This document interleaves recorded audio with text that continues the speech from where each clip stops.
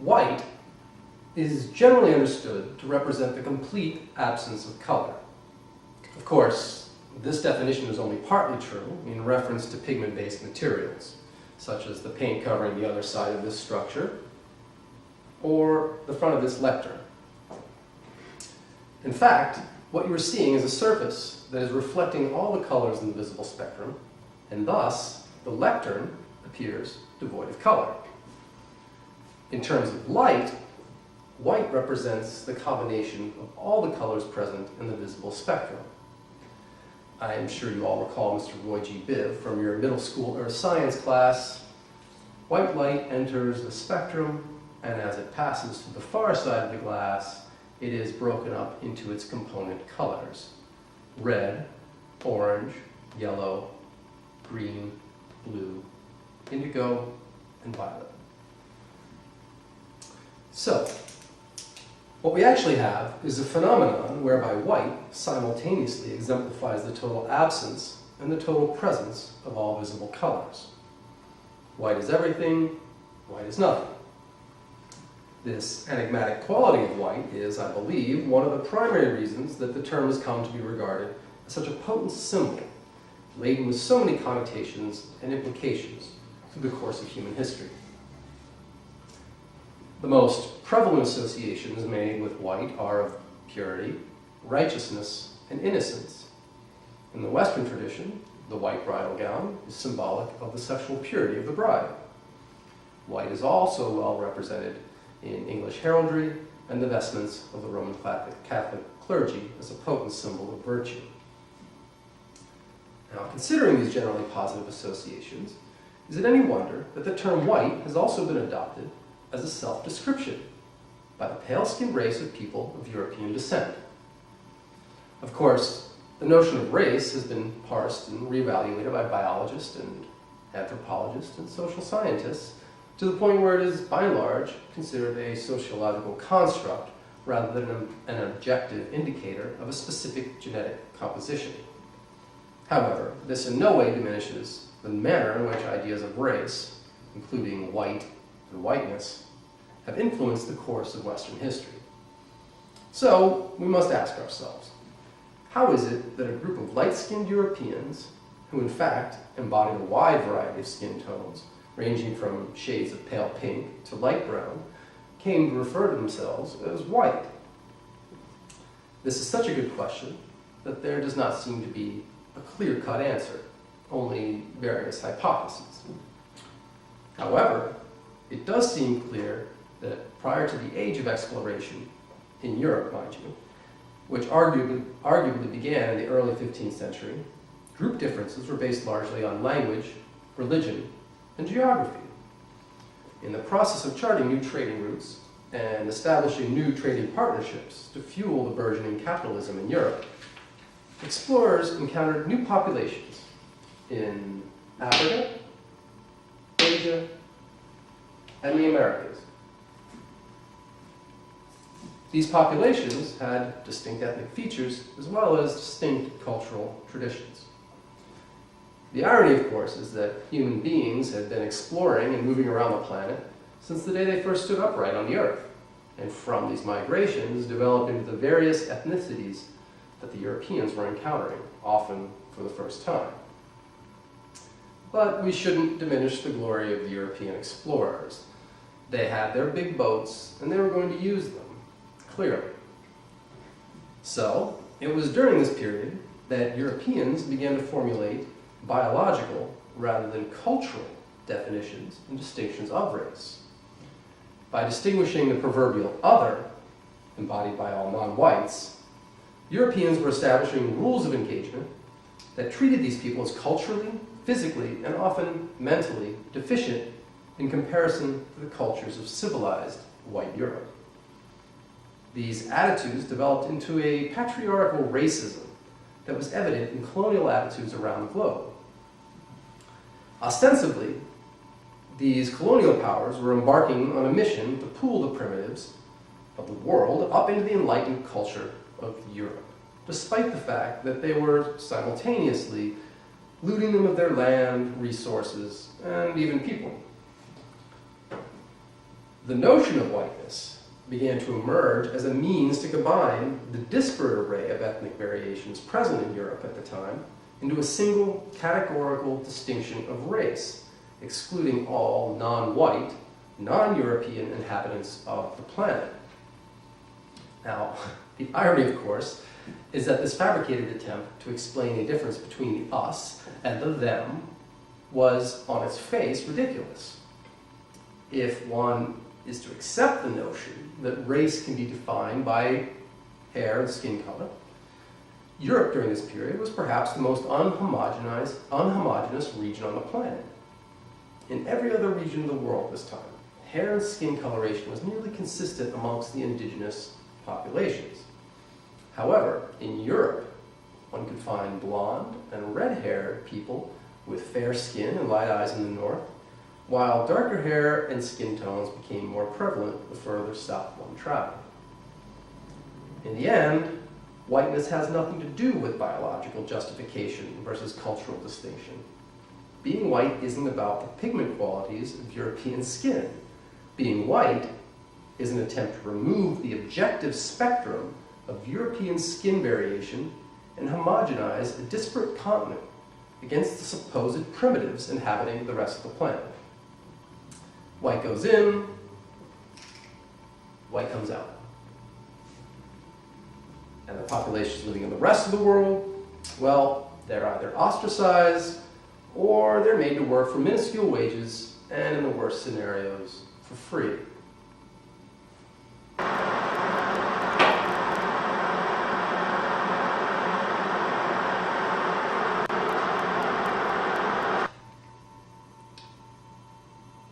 I was about 6 or 7 years old when we moved back to the United States. My family made an adventure out of what is really a very ordinary trip in these modern times. Instead of hopping on a Lufthansa flight, we boarded the Cunard cruise ship, the Queen Elizabeth II, and journeyed across the Atlantic from Southampton, England, to New York City. Southampton, New York. The trip took about 10 days, and I remember the experience of gazing out over the Atlantic from the deck, and for the first time in my life, really having a sense of how large the world might be. I recall holding my father's hand as we entered New York Harbor and seeing the Statue of Liberty. It was like that cliched opening from the movie based on the trials, tribulations, and self-discovery of an immigrant family in the new world of the Americas. Granted, I think the boat we were on was probably a little nicer than the one in the movie.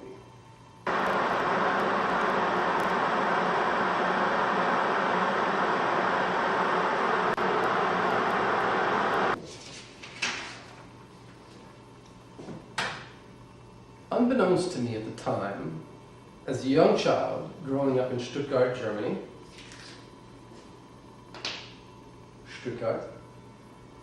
I was living in a strange gray area of cultural confusion. My parents were Americans, but we had been living in Germany since shortly after I was born. I had attended German schools, which began at a much younger age than in the States, and apparently I began speaking German and English simultaneously, often without differentiation. I had assimilated to such a degree that my father was once accosted in the park and accused of being an unsavory American trying to kidnap a little German boy. Now, you must keep in mind that this was in the early to mid-70s, prior to the massive globalization of American culture. The Germans were still completely unaware that in their near future awaited an odd fixation with Dallas and Falcon Crest, as well as a strange infatuation with David Hasselhoff, which would border on a national obsession. German TV at the time consisted of 3 or 4 channels of PBS-like broadcasting that was aired for a few hours during the evening on weeknights. For example, I remember seeing both a human and a bovine baby emerging from their respective mothers' wombs on television at a very young age. My only immediate exposure to American media consisted of the poorly dubbed Adventures of Sinbad and Seven Seas movies that would occasionally be screened in movie theaters. I think I had completely repressed these particular memories until I happened across a few Sinbad-based episodes of Mystery Science Theater 3000 where the robots had a field day with the shoddy stop-action animation and the ridiculous dialogue. Around this time, I remember being infatuated with a particular German writer named Karl May. In retrospect, I guess he was really just a German version of Louis L'Amour, writing lowbrow pulp western meant for mass, mindless consumption. May certainly held a very romantic, with a little r, notion of the American West, which I guess makes sense considering his perspective as a foreigner. One way that he differed drastically from the West depicted by L'Amour, or even the spaghetti westerns popular during this time period, was that the Red Indians, which was his own terminology, apparently the term Native American hadn't even been considered at this time, the Red Indians were always the good guys. Apparently he was inspired by the romantic, with a big R, notion of the noble savage, and his stories often revolved around innocent Indians being the victims of white aggression. These Indians were usually cast as heroic characters imbued with near superhuman powers and unimpeachable virtue. Then, just as I was beginning to understand some of the morality plays in history that were the subtext of May's stories, we moved back to the States. All of a sudden, everything I knew about cowboys and Indians, which, if you recall, is an important game amongst American children, was turned on its head. Cowboys were generally good, except when they were bad, which was okay because it was easy to tell if they were good or bad based on the color of their hat. And Indians? Well, Indians were always bad. Not to mention savage, and nobility had nothing to do with it. All they wanted was a scalp under the cowboy hat, regardless of the color of the Stetson. Although my family has strong connections to the Washington, D.C. area, I still think some of these considerations play into the fact that I love the Washington Redskins and despise the Dallas Cowboys, who have the audacity to call themselves America's team.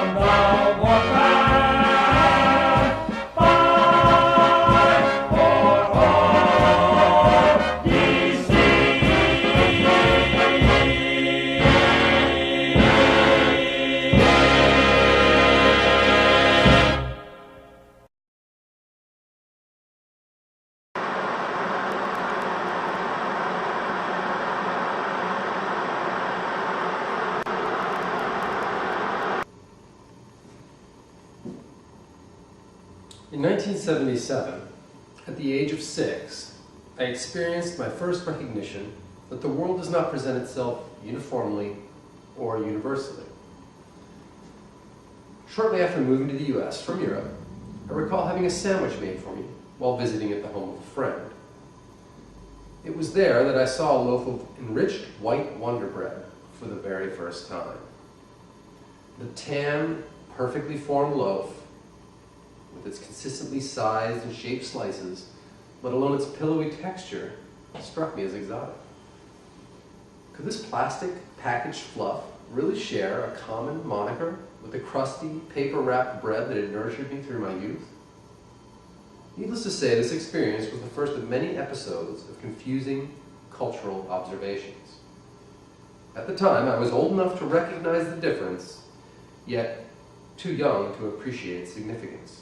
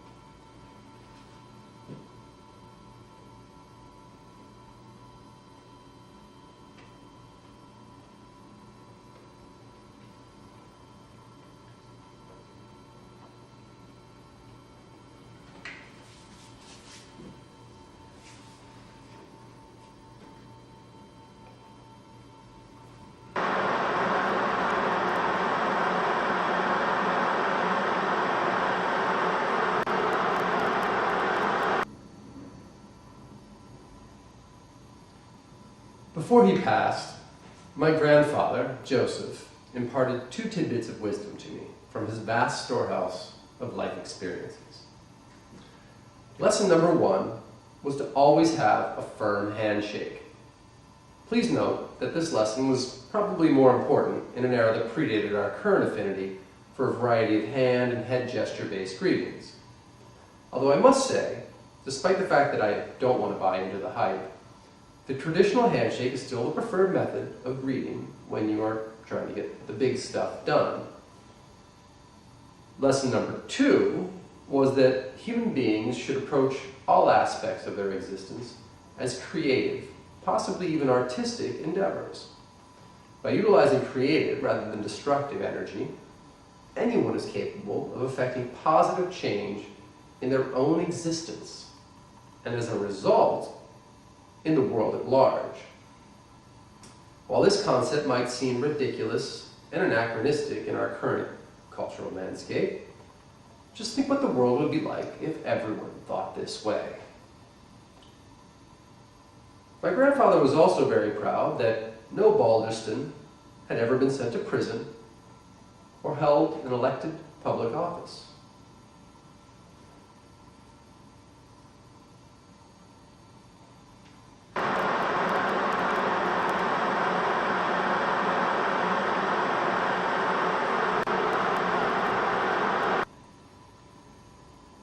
While my father was working on an extended project in Almaty, Kazakhstan,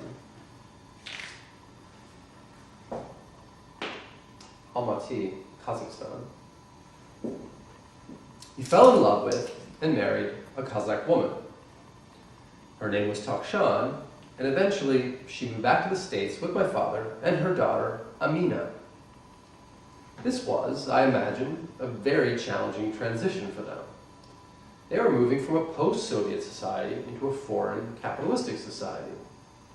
Aside from having to adjust to all the new cultural nuances of America, there was the issue of language. Neither Takshan nor Amina spoke any English.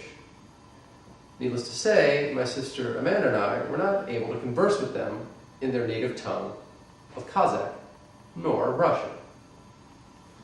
I realized the extent to which this language barrier influenced our interaction as a family one night while we were enjoying our dinner. While my father is able to speak some Russian, his most common language with his new wife was French. However, while he spoke French with Takshan, his new daughter was unable to follow the conversation. Amanda and I were able to follow the French discussion, but when Takshan spoke with her daughter in Kazakh, no one else at the table could understand the conversation. When my father and I spoke English, Amina and Takshan were left in the dark. At any given time, in any given language, someone was left out of the loop. In retrospect, it occurred to me that we were reversing the proverbial Tower of Babel. Over time, in many polite smiles and misunderstanding, we arrived at the point where English was our common language. Now, the only time I hear Kazakh spoken is when I probably shouldn't be paying attention anyway.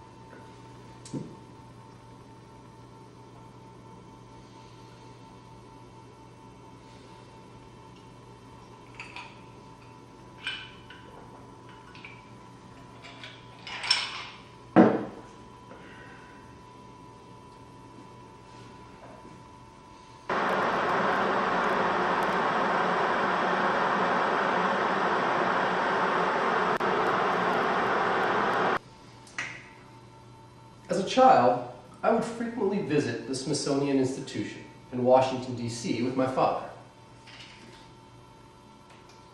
Washington, D.C.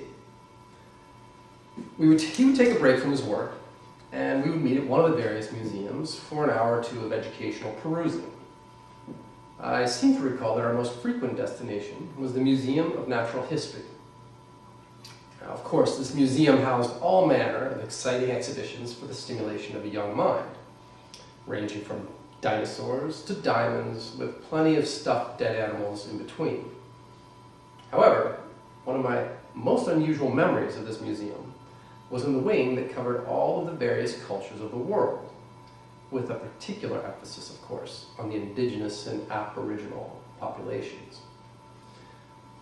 If memory serves, there was a large wall-sized mural depicting a map of all the land masses of the planet. Interspersed on the surface of this map were small shelves upon which busts depicting a multitude of human heads were placed.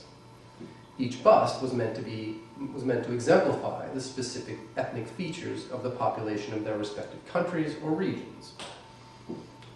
Now, there were a few disconcerting elements to this display, beyond the creepiness inherent to a wall of disembodied heads floating on shelves. For one thing, all of these sculptures depicted male heads, which I must admit at the time didn't really register with me. Also, there seemed to be a very subjective and lenient approach to pinning down exactly at which point in the history of our planet this display was meant to represent. For example, there were no white European-looking busts covering the map of North America. Instead, there were depictions of various Native American tribes. This would lead the viewer to believe that the map was meant to represent the period prior to the discovery of the New World by Europeans. This was clearly not the case. As I recall, included in each sculptural bust was just enough shoulder to register some element of attire that also was meant to represent each of the indigenous groups, of course. So as you moved around the globe, there were a lot of exposed shoulders with the occasional primitive sash or animal skin, as well as plenty of feathers in the hair and bones in the nose and lips for all the regions of the world, except one. In Europe, first of all, there were only one or two busts. I guess to show that in Northern Europe, people were blonde and austere, while in Southern Europe, there was a Mediterranean populace trending towards the ethnic and swarthy. But what was really strange was that these European busts were very well coiffed and wearing contemporary business suits and ties. Talk about curators as the arbiters of perspective. I also remember the distinct aroma of the enormous stuffed elephant in the grand foyer of the Natural History Museum, which is where I would often wait for my father. They recently refurbished that elephant, and I often wonder if it still smells the same.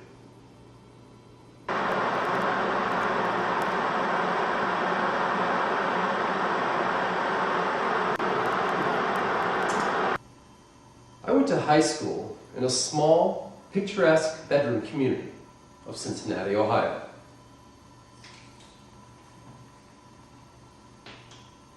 Cincinnati, Ohio.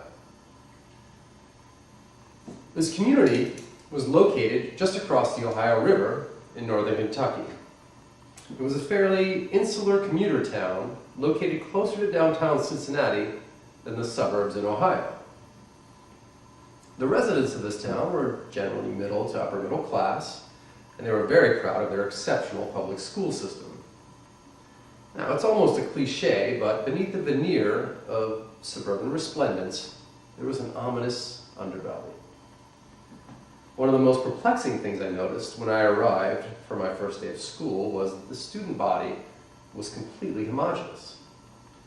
There were only a couple of non-white students, and they all belonged to the same Chinese family. Prior to moving to this town, I had always lived amongst and interacted with fairly diverse populations. Considering that these folks were, by and large, well-educated and generally financially comfortable, I was shocked when I realized the civic pride embodied in the fact that there were no people of African descent living in this community. In fact, the only African Americans that came close to this town worked in the country club on the outskirts of town, where they serve food to the white members while wearing white gloves. Now, I won't lie to you and tell you that I became a militant activist for racial equality. I was already an outcast, considering that my family had not lived there for generations, but I did let it be known that I wasn't interested in discussing topics that included racial stereotypes, misconceptions, or pejoratives. I did manage to meet some open-minded, progressive friends who, for the most part, were recent transplants like myself. However, like most kids of high school age, I was just biding my time until I could get the hell out of Dodge. It was under these circumstances that I made a trip to Africa during my junior year. My father was living in Bamako, Mali.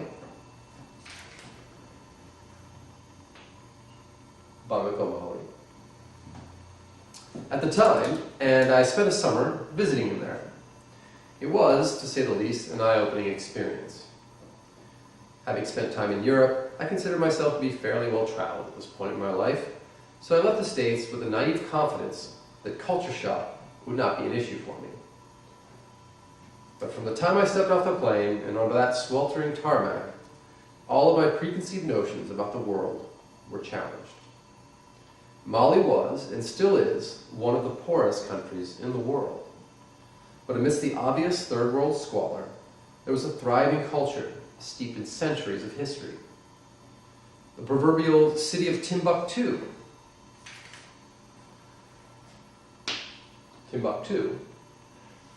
which was actually an important sub-Saharan trading post, is located in Mali. This city served as a nexus for a wide variety of cultures and religions that enabled it to become an important capital of commerce, culture, and scholarship. This ancient history was still evident in the daily rituals of prayer at the neighborhood mosques, the amazing artifacts and tapestries in the marketplace, as well as a vibrant contemporary music scene.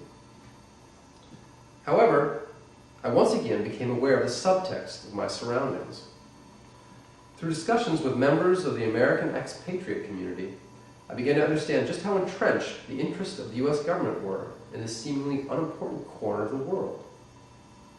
There was a very strong U.S. presence in this country, ranging from the grandiose American embassy to the Marine Division stationed there to a large community of Peace Corps volunteers. Considering the paucity of readily extractable and marketable natural resources and the general geographic isolation, why was the U.S. government so interested in Mali? The U.S. government would have you believe that it was there for strictly egalitarian purposes, to help lift this impoverished country into the modern age. In fact, it turns out that this politically unstable former French colony was one of the peripheral fronts in the U.S.-Soviet Cold War. As seemingly backward and corrupt as the ruling class was in this country, they were intelligent enough to play each of these great world powers against one another in the larger scheme of spreading their respective ideologies of capitalism and socialism. The only reason the U.S. was so interested in this country, and the region at large, was a fear that the domino effect of Soviet influence might spread across the globe. Needless to say, this was an eye-opening realization for me at the time. I felt like I'd managed to break through the veneer of a happy, shiny mainstream American perspective, allowing me to see my country covertly asserting its influence around the world. Imagine my disappointment when, upon returning to Northern Kentucky, only one person outside of my immediate circle of friends bothered to ask me about my summer abroad. Imagine my disgust when I heard the question, which was whether I had managed to F-word and N-word.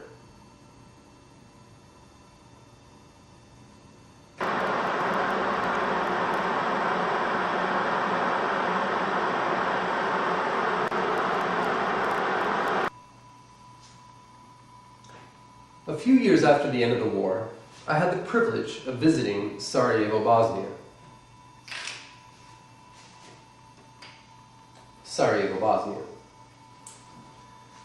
There was a period during the 1994 Winter Olympics when there was much hand-wringing in the international community, and the media in particular, about the fact that such a beautiful city, which had hosted the Olympics only 10 years prior, had become a battle zone.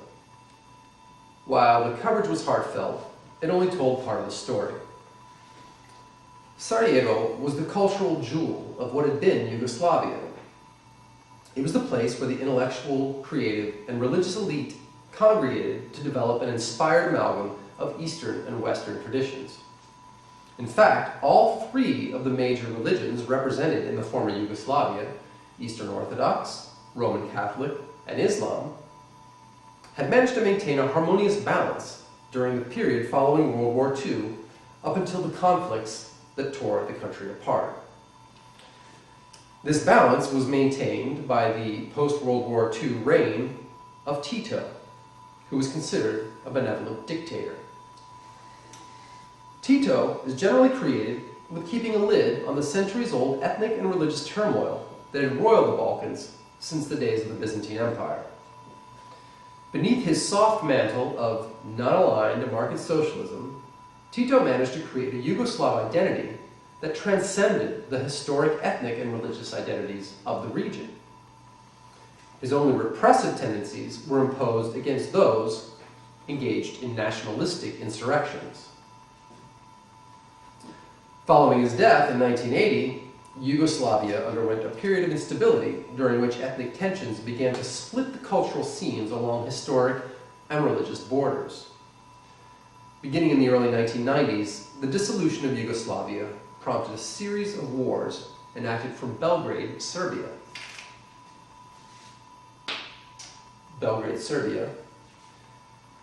which was the traditional political capital of Yugoslavia, against the various states bent on declaring independence from Yugoslavia. Perhaps the most vicious example of this civil warfare occurred during the Bosnian War, which began in the city of Sarajevo. In 1992, fearing Serbian domination of a splintering Yugoslavia, Bosnia declared independence and formed a government in the name of Bosnia-Herzegovina. The Yugoslav People's Army, which had been stationed in and protecting the city prior to independence, was redeployed to the surrounding hills, where it proceeded to conduct a 3.5-year siege of the city that included daily shelling as well as sniper fire directed at civilian populations.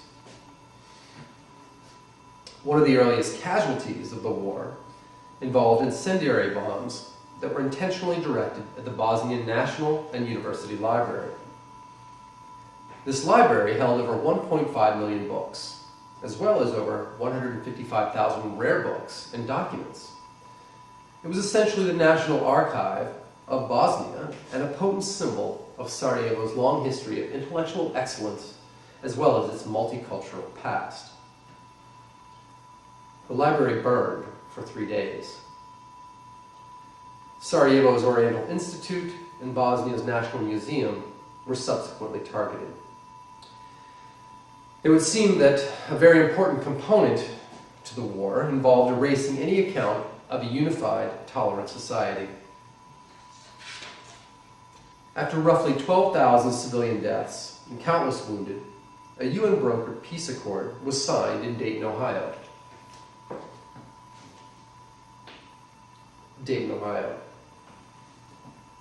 While it obviously would take years for the community to fully recover, when I visited, I was impressed by the spiritual resilience and fortitude of the remaining population.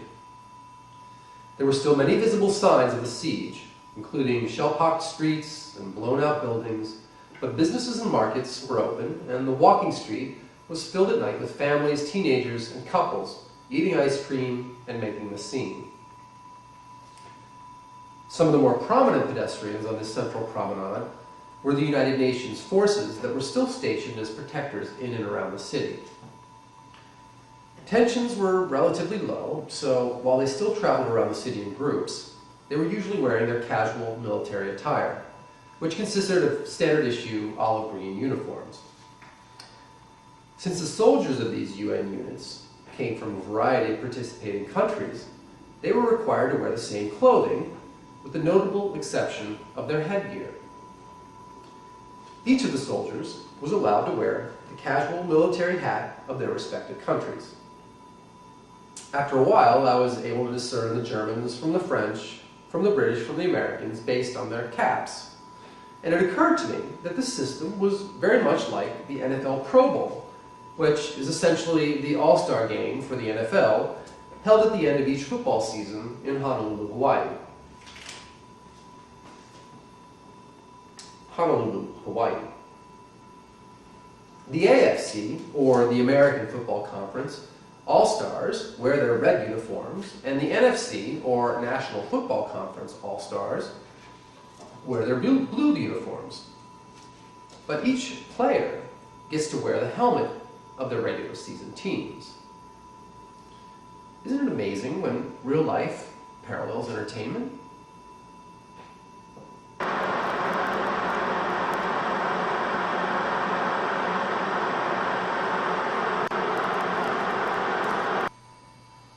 A few years ago, I created a piece of artwork that I titled Cultural Landscape. The piece consisted of a 10-foot-long, glossy white object hovering over the floor on hidden casters. The top surface was subtly arched along its length, like the indiscernible curvature of the earth, and two shelves, level to the floor, were offset on each side of the long sides of the piece.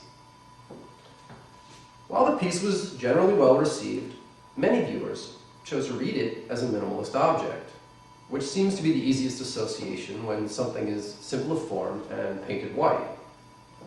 The irony, of course, is that the specific objectness of minimalist artwork has been appropriated and co-opted by a generation of architects and designers.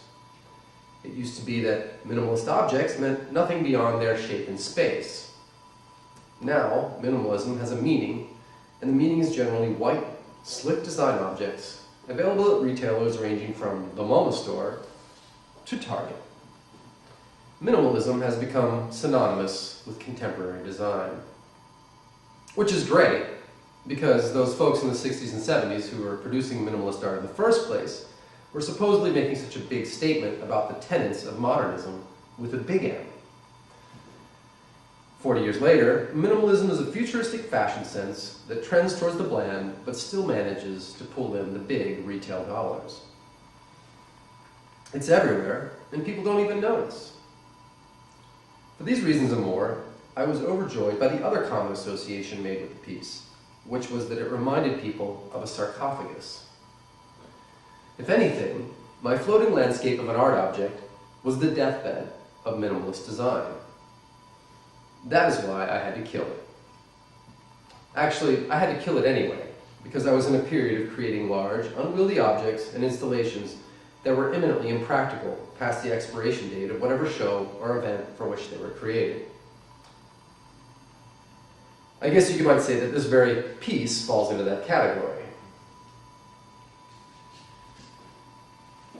In the case of cultural landscape, it actually did not fit out of the building in which it was shown.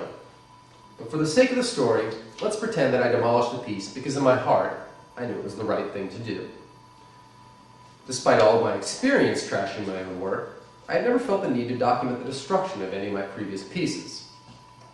In this case, considering the title and the misunderstood meaning, I felt it would be appropriate to document the demolition. I drank a few beers just to get the rage up, turn on the camera, hit play on the fugue and fog, and commenced dismantling the cultural landscape.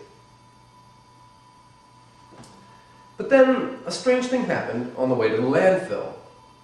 I expected to be able to pick this thing up a few times, drop it, and it would just fall apart. First of all, it was heavy as hell. It actually almost crushed me at one point. The other thing is that it was pretty damn durable.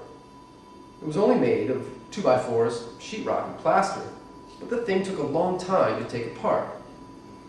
I realized that I had built this thing to exceed the specification of any reasonable art object. I had created this cultural landscape, and I had no idea how durable it was. What chance did any of the viewers have to understand what this thing actually was and how it was made? Perhaps it wasn't even clear that it was handmade. Really, it could have been made of foam core and white glue, and nobody would have been the wiser. which is to say that they still wouldn't have gotten the point. What is anything really made of, after all? And how does it all fit together? In the real world, we aren't even supposed to think about these things. It's as if we're just programmed to click and spin the little dial, and all of a sudden, the slick, white plastic shell emits a stream of zeros and ones that are processed into pure, melodic, sibilance-free sound planted in little buds right next to your brain. But I digress.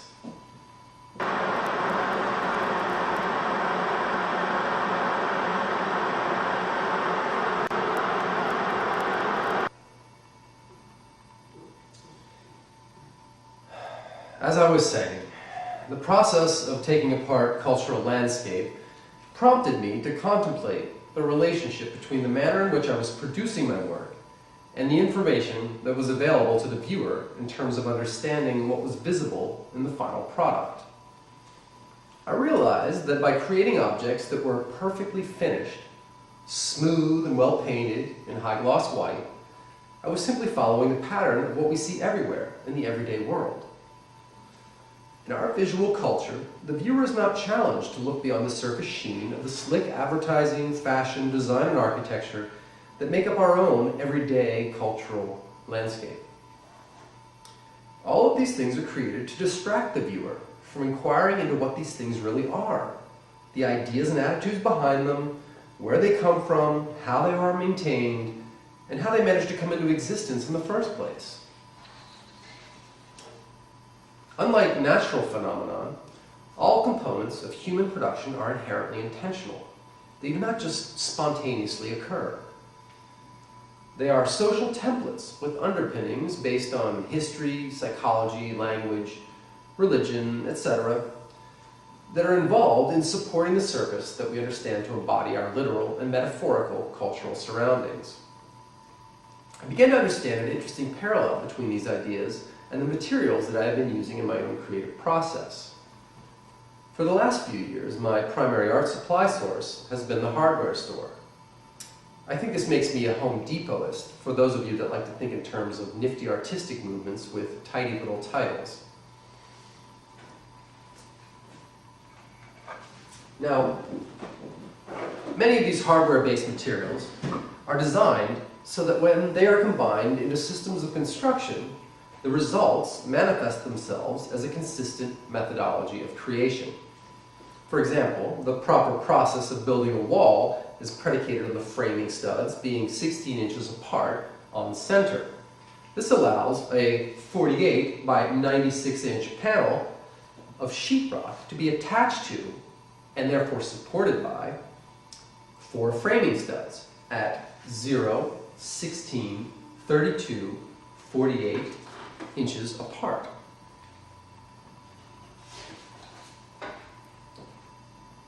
Once several pieces of sheetrock have been attached to the framing studs to form a larger wall, a coating of plaster is applied to cover all screw holes, tape seams, and imperfections.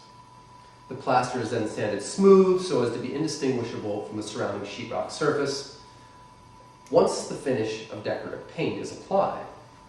Now, careful sanding is required because once paint is applied to the surface, particularly high gloss paint, every imperfection becomes readily available. These thoughts served as inspiration for the next installation that I created after demolition of cultural landscape. The piece, titled Stud Wall, a construction in 3 acts, consisted of a built environment which nearly filled the interior of a gallery space. The first act, Debut, was shown at premiere. The viewer entered the gallery and saw a room built of unplastered and unpainted sheetrock. In building the room, I achieved on the 0, 16, 32, 48 pattern of wall building and developed a new 0, 24, 48 pattern which broke the prescribed rules of this specific building system. A careful observer may have noticed this shift based on the screw hole patterns on the surface of the sheetrock. After a one-day deconstruction, the second act, titled Pivot, was presented to the public. All of the sheetrock had been removed and piled in an orderly fashion in the front window of the gallery. This action had exposed the unusual spacing of the studs, which became more readily apparent, as well as exposing some images which had been hanging on the gallery walls and obscured by the sheetrock. These images depicted a variety of plaster patterns on some very large walls that I had encountered on a commercial construction site in San Francisco, California. San Francisco, California. The final act, coda, occurred after another one-day action which involved the removal of all the wooden framing studs, which were also piled in an orderly fashion on top of the piled sheetrock. During this whole process, I created a variation on an existing system with my own structural rules and parameters, which I in turn deconstructed on my own terms. An art critic from the Washington Post was interested in writing an article about my installation. When she arrived at the gallery, she looked a bit confused. Actually, she asked me if I was still installing the piece. I ended up having a long discussion with her boyfriend, who was an architect, about the ideas of surface and structure, which had served as the inspiration for the piece. And by the time we were finished, the writer seemed to understand and appreciate the piece, but she still seemed annoyed that she wasn't able to come up with a zippy tagline within minutes of seeing the exhibit. Needless to say, the article was never published. In the end, I came to the conclusion that only a building inspector or a construction supervisor could properly critique my work. A few years later, the same writer would give me my favorite piece of criticism received to date when she wrote, concerning another show, "Brian Balderston occupies the unique position of having produced both the very best and the very worst pieces on view." I guess any press is good press, after all. Or maybe I should say, any press is good press, after all.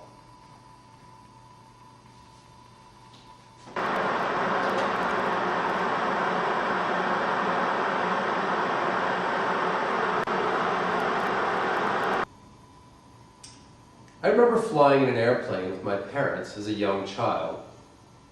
We were flying high above a thick, thorough blanket of clouds. And of course, I was sitting in the window seat, transfixed by the vast blue horizon and the peaks and valleys of the white cloudscape below. At one point, my mother leaned over to me and told me that we were flying over the North Pole. I believed her, but I was confused by the fact that I could not see any polar bears. I was reminded of this experience while reading Oman Ra, which is a novel by the Russian writer Viktor Pelevin, in which he satirizes the Soviet space program. In the following passage, he is recalling a moment in his childhood when he was watching a television show about World War II fighter pilots.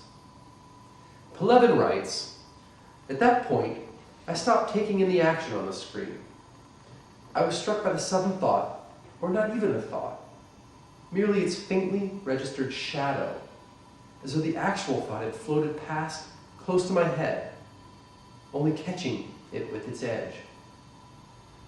That if I'd just been able to glance at the screen and see the world from the cabin where the two flyers in fur-lined jackets were sitting, then there was nothing to prevent me from getting into this or any other cabin without the help of the television. Because flight is no more than a set of sensations, the most important of which I'd already learned to fake. Sitting in the attic of the winged hut with the red stars, staring at the enlistment office wall that was where the sky should be, and making quiet, droning noises with my mouth." This vague realization struck me so hard that I watched the rest of the film without paying proper attention, getting involved in television reality only when the screen was filled with smoke trails or a row of enemy planes standing on the ground, hurtling up towards me. That means, I thought, I can look out from inside myself like looking out of a plane. It doesn't really matter at all where you look out from. What matters is what you see.